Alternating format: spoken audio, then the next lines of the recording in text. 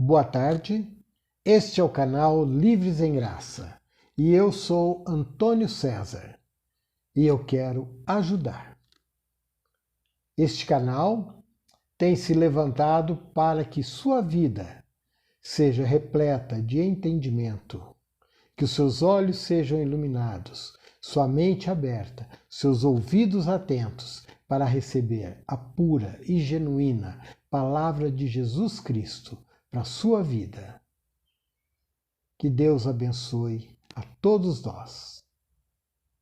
Bem, amigos, no vídeo passado, em que eu explorei o tema Poder e Autoridade, será que temos? Houve uma pequena confusão que eu fiz, porque, como eu disse, eu frequentei o sistema há muitos anos, né, o sistema religioso. E quando se depara com a palavra diabo, satanás, demônio, né, vira tudo uma bagunça, né? Porque na religião todos são um e um são todos, né? Eles relacionam isso a Deus, a Jesus e ao Espírito Santo, né? Tem diabos, satanás e demônios, né? E na realidade, eu fiz uma pequena confusão de expressão que eu gostaria de estar retificando nesta live. Diabo, no grego, ele significa acusador. Satanás, no hebraico, ele significa adversário. E demônio, ele tem vários significados. O demônio na religião são os anjos caídos, liderados por Satanás, pelo diabo, por Lúcifer, que é tudo uma coisa só, tá certo? São aqueles anjos que se rebelaram contra Deus e caíram na terra. Estes são os demônios da religião que vivem a assolar a vida de todo aquele que um dia quer ir para o céu, morar com Jesus. E a intenção deles é fazer com que você vá para o inferno, morar com Lúcifer, morar com Satanás, morar com o diabo. Mas na antiguidade, a palavra demônios, ela era utilizada como uma expressão que as pessoas davam a uma pessoa de grande poder, de grande autoridade, uma pessoa que ditava as ordens, como se fosse um gênio, aquele em que sua vontade não pode ser contradita. É a vontade dele que impera. Então esse seria um demônio na antiguidade. E na antiguidade as pessoas também tinham um sentido figurativo para a palavra demônio. Na antiguidade, demônios seriam pessoas ruins. Seriam bandidos, ladrões, estupradores, pessoas más. E não é só na antiguidade que se refere a esse tipo de pessoas, né, como demônios. Na atualidade também, né? Nós vemos diversos até jornais aí onde se dá uma notícia para falar isso é um verdadeiro demônio, é um filho de Satanás, é isso, aquilo. Na antiguidade também, a palavra demônio era utilizada para pessoas autoritárias, que seria o tal do gênio, né? Seria o gênio, pessoas autoritárias, em que a sua vontade não pode ser discutida. Também na antiguidade, a palavra demônio, ela se encaixava muito para pessoas antipáticas, pessoas não sociáveis, tá certo? E também a classes de pessoas, né, que tinham algumas enfermidades, né, algumas doenças, que essas doenças elas se manifestavam no corpo, né? Por exemplo, um leproso na época, muitas vezes ele era chamado de um demônio, né? Graças a Deus, essa expressão não é mais utilizada nos dias de hoje, né? E a pessoa travessa, uma pessoa turbulenta, né? Uma pessoa endiabrada, também se chamava de demônio naquela época. Atualmente, né?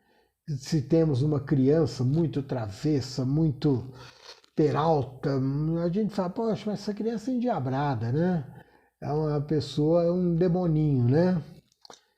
Então era apenas isso que eu queria explicar. Que demônio não é um ser, ele não é um sujeito. Diabo não é um ser, não é um sujeito. Satanás não é um ser, não é um sujeito. A palavra diabo, Satanás e demônio são adjetivos empregados a seres humanos, empregado a pessoas com atitudes que não condiz com a normalidade em que vivemos. Mas a religião, infelizmente, fez isso. Ela pegou o adjetivo e transformou em sujeito. E este sujeito, que na realidade não é sujeito, mas um adjetivo, vive para oprimir a sua vida, a sua casa e a sua família. Não caia nessa conversa, não caia nessa falácia. Este ser de chifre, de cauda e que assola as nações não é um ser. São pessoas iguais a mim, iguais a você, simplesmente com a mente totalmente deturpada, que ao invés de pensar no bem, pensa no mal, que ao invés de procurar somar, ele tenta dividir. Era esta a condição que eu queria me recompor com relação ao vídeo anterior. O vídeo de hoje, ele é um tanto também confuso para as pessoas. A religião pega esse tema e coloca como um ser. E na realidade, o tema de hoje, ele está envolvido a um ser, a um sujeito. Ele tem um sujeito. Mas esse sujeito em que o tema se refere realmente é um sujeito, é um homem. E não a um adjetivo que transformaram em sujeito, colocando o homem como um ser de caudas e chifre. O tema desta live de hoje é Estrela da Manhã. Quem é? Quem é a estrela da manhã? É o Satanás? É o diabo? É o demônio? Ou é Jesus? Quem é a estrela da manhã? Uma breve confissão. Que nesta tarde o Senhor possa estar abrindo os olhos, os ouvidos, a mente de todos que assistem esta live, para que o engano não seja sobre a vida deles e o entendimento. Quanto a mim, Senhor, me capacita para poder falar deste tema, um tema um tanto complicado, de forma que as pessoas possam entender e possam ter os seus olhos e a sua mente esclarecida na verdadeira condição da graça de Cristo. Livres em graça. É este o objetivo. Livres para desfrutar o melhor de Deus para a sua vida. Vamos lá? Bom, irmãos, o texto base em que a religião coloca a estrela da manhã como diabo, Satanás, é este texto que está em Isaías 14, 12. Vamos ler. Como caíste do céu, ó estrela da manhã, filha da alva, como foste lançado por terra, tu que enfraquecias as nações. O verso 13 continua. Tu dizias a ti mesmo, subirei ao céu, elevarei o meu trono acima das estrelas de Deus, e me assentarei no monte da congregação nas extremidades da terra. Continua o 14. Subirei além das nuvens, e serei semelhante ao Altíssimo. Irmãos, estamos acostumados a ouvir a respeito desses 3 versículos de Isaías 14, onde esses 3 versículos, isolados, como está aqui, e se eu tenho uma mente já doutrinada e contaminada que diabo, Satanás, Lúcifer é um ser de caudas e chifres, então eu posso entender que realmente Isaías está se dirigindo a este ser, a um ser que um dia se rebelou contra Deus, e que nessa rebelião ele iria destronar a Deus e se assentar no seu trono, seria maior do que Deus.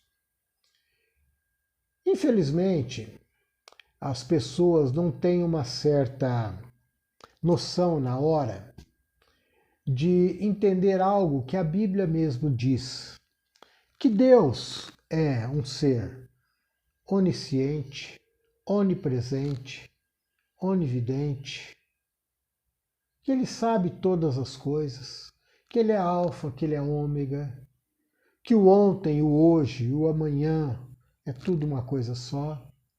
E as pessoas se esquecem disso. Então, pensando bem, sendo Deus esse ser, como que um ser inferior, um arcanjo, que é o que se diz Lúcifer, poderia tramar algo às suas costas que ele não tivesse conhecimento muito antes disso? Como que um ser inferior a Deus, pudesse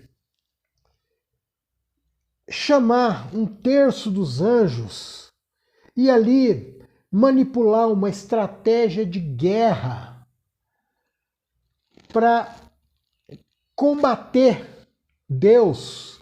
E este ser com os anjos, eles subiriam ao céu e seriam elevados ao trono de Deus e pegariam Deus e jogariam num cárcere.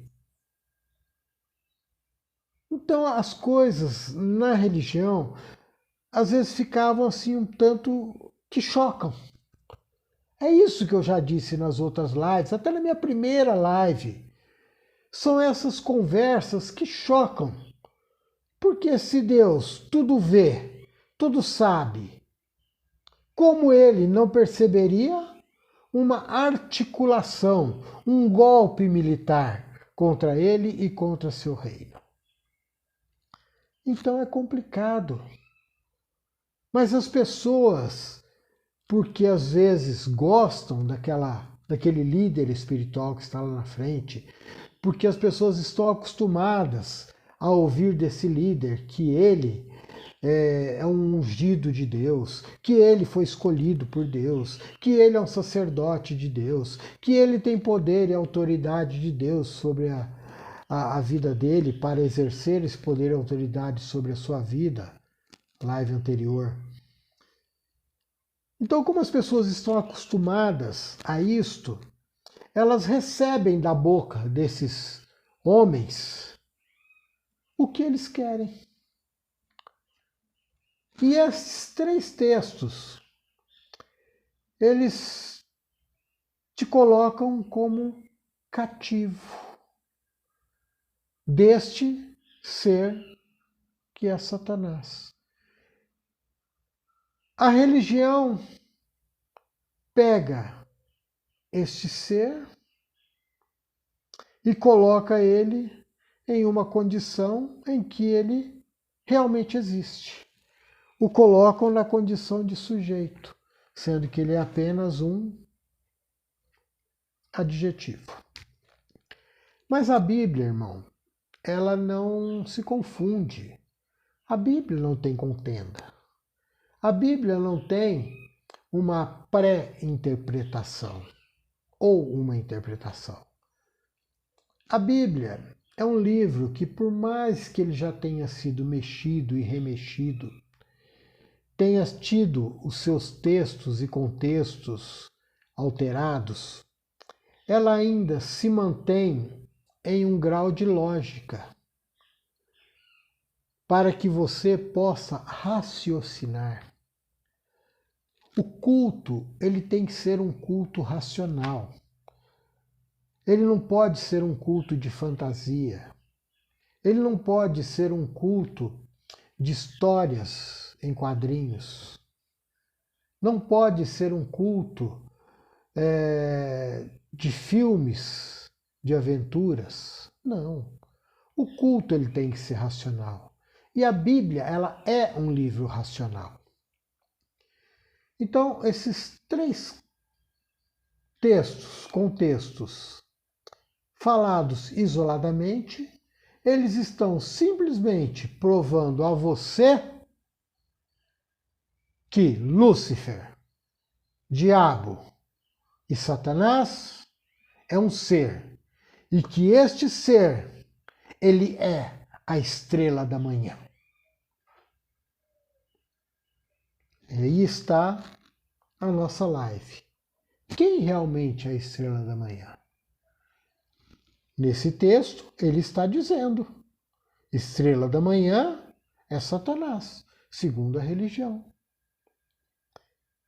Nós vamos esclarecer o contexto deste texto. Vamos ver esse contexto.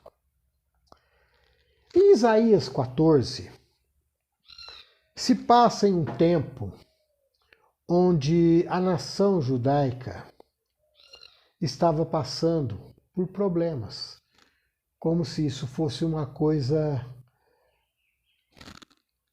que acontecesse de vez em quando, né? A nação judaica sempre passou por problemas, sempre por conflitos. O povinho rebelde. O povinho rebelde. Mas eles estavam passando por um período desses de dificuldade. E neste período se levantou uma nação que dominou e escravizou o povo judeu.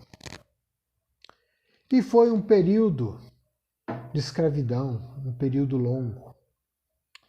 Isaías, ele participou deste período. Então, o que está dizendo esses 3 textos, o contexto, ele vai te explicar. Vamos lá. Isaías 14, verso 4.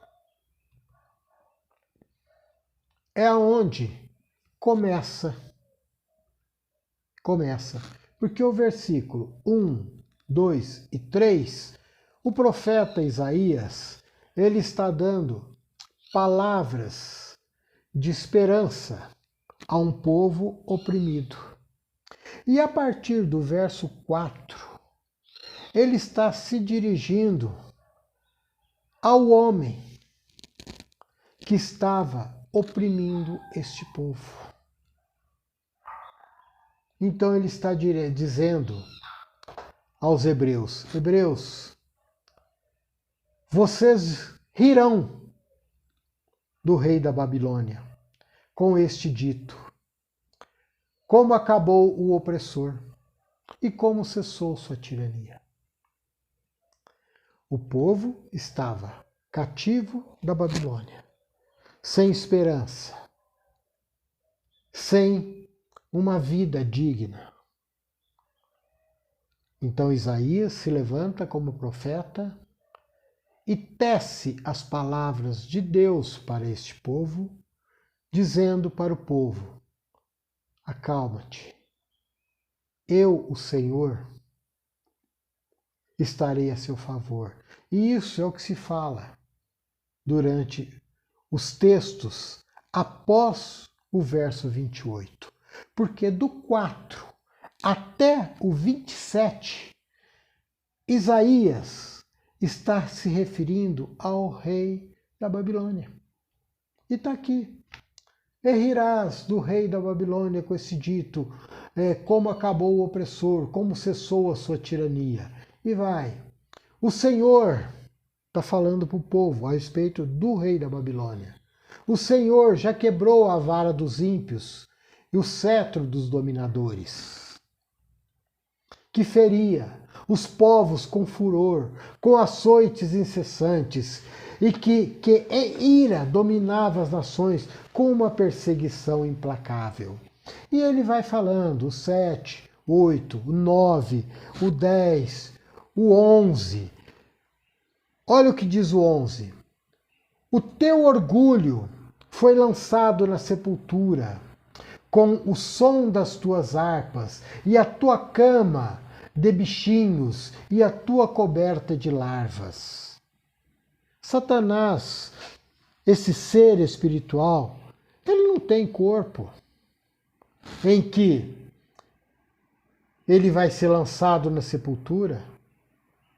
Satanás, ele não tem um corpo que tem uma cama que se enche de bichinho e a coberta se enche de larva. Não tem. Ele está se referindo ao homem. E aí ele diz no 12: como caíste do céu, ó estrela da manhã. Ele está se referindo ao orgulho deste rei da Babilônia.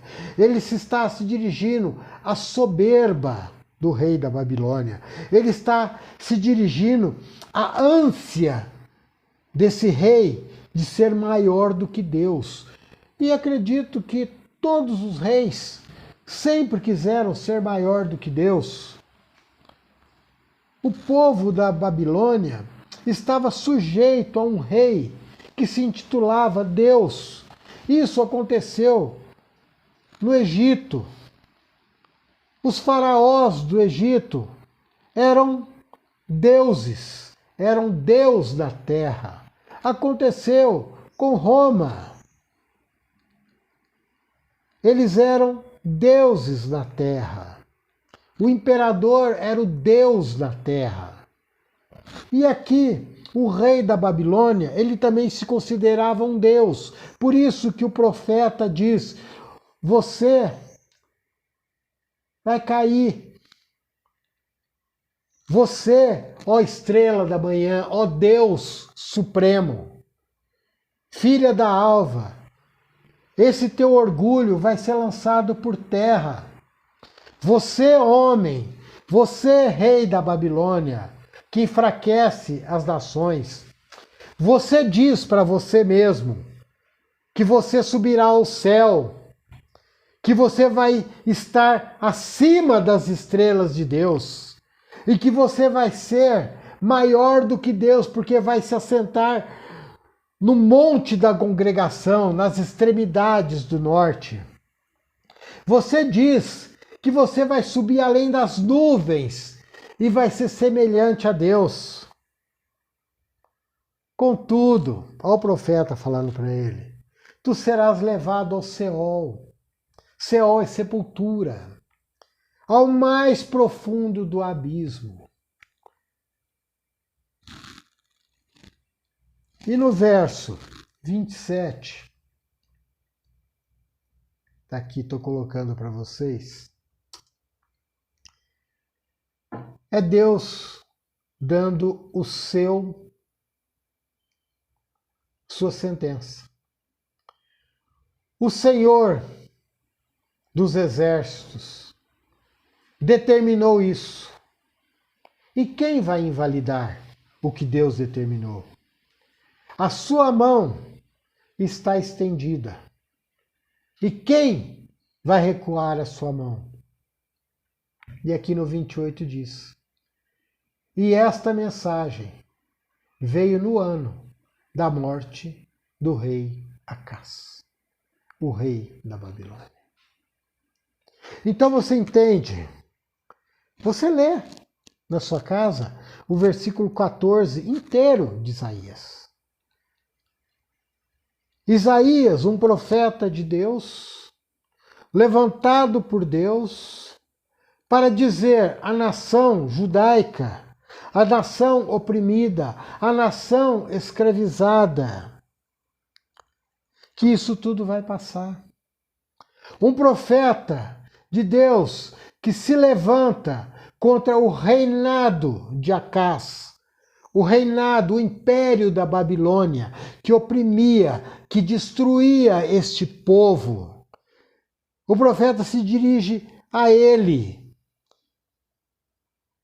mostrando a ele a sua altivez, mostrando a ele a sua insanidade, mostrando a ele que ele não é nada e que Deus vai agir contra a vida dele, contra o império dele, mostrando a ele que ele não é nada. Não foi o que aconteceu lá no Egito, quando o Faraó se levantava contra o povo judeu, que da mesma forma estavam escravizados sob um jugo egípcio. E o rei não era o Deus e não tinha outros deuses ao seu comando.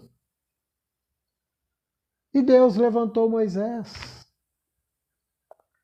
E Moisés colocou este rei, esse pseudo-deus, no seu devido lugar, mostrando para ele que ele não era nada. É só um homem de carne e osso. E agora, novamente aqui, na Babilônia, levantou Isaías para mostrar para esse rei Acás que ele não era nada, que ele não era nenhuma estrela da manhã, que ele não era um Deus, que ele não era um demônio, que ele era simplesmente um homem. Mas, poxa, eu aprendi que a estrela da manhã é o Lúcifer, porque o Lúcifer é um anjo de luz, é uma estrela que brilha, estrela da manhã. Ok? Entendemos isso. Aqui está falando. Mas sabe o que acontece com as pessoas? As pessoas têm medo de ler um determinado livro da Bíblia. As pessoas têm medo do Apocalipse. As pessoas não gostam de ler Apocalipse. Os pastores não leem Apocalipse. E se leem, é um versículozinho, outro ali, só para te colocar mais medo. Só para te falar que você vai pagar no último dia, que você vai ser afligido nos últimos dias, que vai vir um dragão, que vai vir não sei o quê, e que Deus vai separar, e que você está andando de uma forma errada, então você não vai estar entre os... Deus, quando ele arrebatar a igreja, usam esses termos do Apocalipse. Mas em Apocalipse, vamos lá? Vamos ler Apocalipse? Em Apocalipse 2, verso 28. Isso daqui é João. É João falando para as 7 igrejas da Ásia. Se a estrela da manhã é o diabo, é Satanás, é Lúcifer, então aqui, nesse verso 28, João está falando para as 7 igrejas da Ásia. Vou dar para vocês o diabo e Satanás. Vou lançar sobre vocês o Lúcifer. Vocês estão ralados. Se a estrela da manhã, que a religião prega, lá em Isaías, é diabo e Satanás, então João está falando que vai dar Satanás. Porque no contexto deste texto, João está escrevendo igrejas. Está escrevendo cartas às 7 igrejas da Ásia. Então João está falando, eu vou te dar a estrela da manhã. Vou estar te dando Satanás. Pasmem, hein?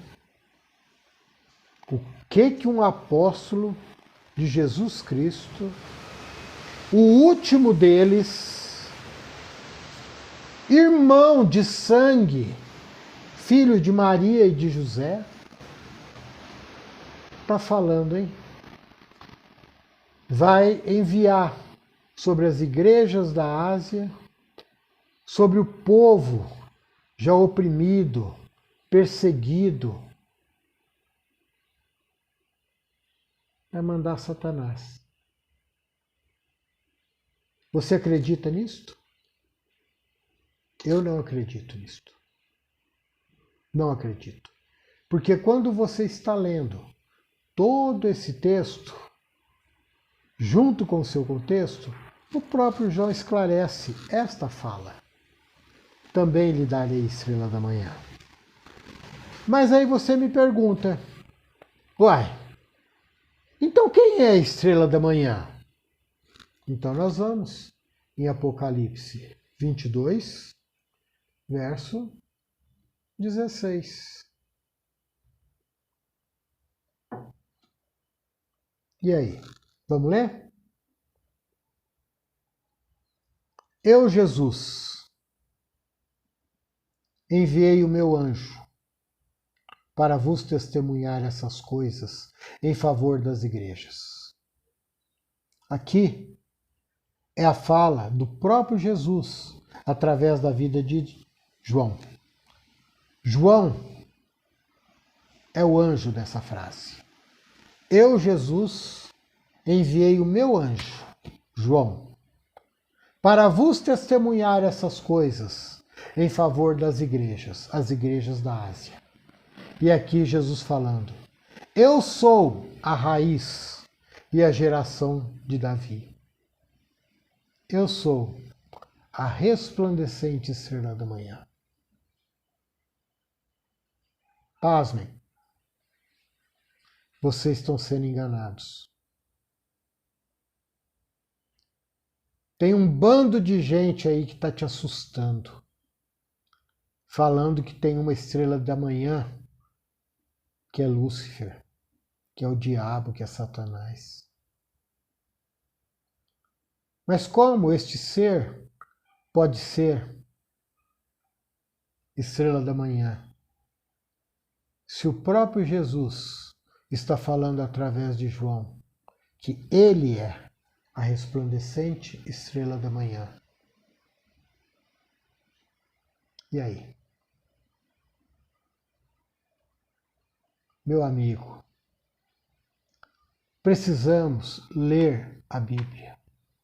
Precisamos entender a Bíblia. Precisamos colocar a Bíblia no seu devido tempo, na sua devida ação. Precisamos entender as palavras da Bíblia com o vocabulário que era usado naquele tempo. Tudo na Bíblia, ela tem texto e contexto. Ela tem início, meio e fim. A Bíblia não vai deixar que você seja enganado. Deus te ama o bastante para não querer ver você enganado, escravo de uma religião, escravo de homens, submetido a promessas que nunca vão acontecer, submetido a fazer ações para que se purifiquem, para que estejam mais interessantes aos olhos de Deus, para que Deus lhe proteja deste ser maligno. Amigo, amiga, abra os seus olhos. Muitas vezes é difícil de entender. Eu levei muitos anos para que a graça de Deus abrisse os meus olhos, abrisse o meu entendimento. Muitos anos. Paulo levou muitos anos. Paulo era um perseguidor da igreja, perseguidor de todo aquele que falava em Jesus. Paulo perseguia pessoas a ponto de matá-las. E quando Jesus se manifestou a Paulo, ele caiu naquela estrada, cego, com o seu entendimento todo embaralhado. Depois de 3 dias, a sua visão voltou, porque o profeta esteve lá. Deus mandou o profeta ir até lá. Mas Paulo, ele não saiu daquele quarto após 3 dias e saiu correndo e foi pregar o evangelho. Já se converteu. Não. Depois de 3 dias, Paulo teve a ciência de que existia um Deus verdadeiro, que existia um Jesus de Nazaré que foi morto e crucificado e que agora existe um Jesus ressuscitado, um Cristo. Ele teve essa consciência, ele teve a consciência de que ele estava agindo errado, ele estava envolvido pela religião, pelas leis, estava envolvido pelas palavras sacerdotais. E os seus olhos foram abertos. Ele viu, tem alguma coisa errada. E o que Paulo fez? O apóstolo Paulo, durante 3 anos, ele se afastou de tudo aquilo que se diz religião, de tudo aquilo que se diz império. Ele se afastou, ele foi para um continente distante. E lá, nesses 3 anos, ele ficou só, ele e Jesus Cristo. E ele diz nas suas palavras que ele recebeu palavras inefáveis. E após esses 3 anos, quando Paulo retornou, perguntaram para ele. E ele disse que como os apóstolos ficaram 3 anos com Jesus de Nazaré, ele também tinha que ficar 3 anos com Jesus Cristo. E Paulo foi inserido junto com Pedro, Tiago, João e os outros. E durante um tempo, Paulo fez tudo o que os apóstolos faziam. Paulo aprendeu com Pedro, com Tiago, com João, toda a doutrina de Jesus de Nazaré. Mas para Paulo existia alguma coisa diferente, algo que não se encaixava, algo que não dava muito certo. Ou seja, aquela semente, aquelas palavras inefáveis foram brotando no entendimento de Paulo, e onde ele descobriu que ele não era um apóstolo igual Pedro, Tiago, João, que pregava o evangelho da circuncisão a judeus. Paulo descobriu que ele foi levantado para ser o apóstolo dos gentios. O evangelho da incircuncisão era sobre a vida dele. E daí em diante, Paulo se tornou um dos maiores apóstolos de Jesus Cristo. Trouxe para si discípulos e muito contribuiu para o crescimento da graça de Deus. Pedro, depois de algum tempo, lhe foi também revelado que ele também era um apóstolo que deveria pregar para os gentios, porque não mais existiriam dois povos, judeus e gentios, mas que todos os povos seriam um em Cristo Jesus. E o ministério se consolidou. Mas quando os apóstolos terminaram seus dias, e Paulo também terminou seus dias, a igreja se levantou fortemente. E o evangelho da graça, o evangelho de Paulo, acabou sendo sufocado pela religião das oportunidades. Por essa religião que temos atualmente. Mas, para a honra e glória do Senhor, como aconteceu na vida de Paulo, que foi levantado para pregar o evangelho da graça, pessoas desse tempo estão sendo levantadas para pregar o evangelho da graça.